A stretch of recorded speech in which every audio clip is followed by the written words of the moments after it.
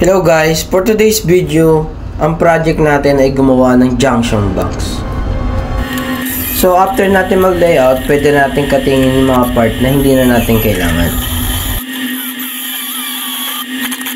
Tapos, ang next step, ukaan natin yung mga part na kung saan tayo magtutupi.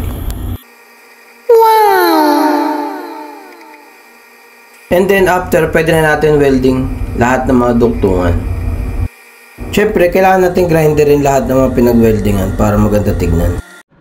And then, nagbutas na ako dito para sa ating glant. At ang ginamit ko pala dito, itong step drill para dire-diretso yung butas. And then, butasan na rin natin para sa ating cover. Nilagyan ko na lang ng thread itong kakabitan ng ating cover para makatipid tayo sa nut.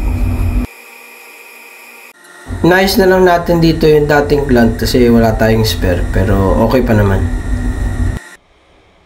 At ito na ang ating finished product.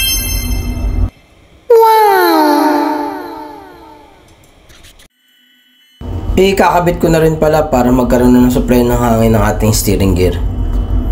Thank you for watching.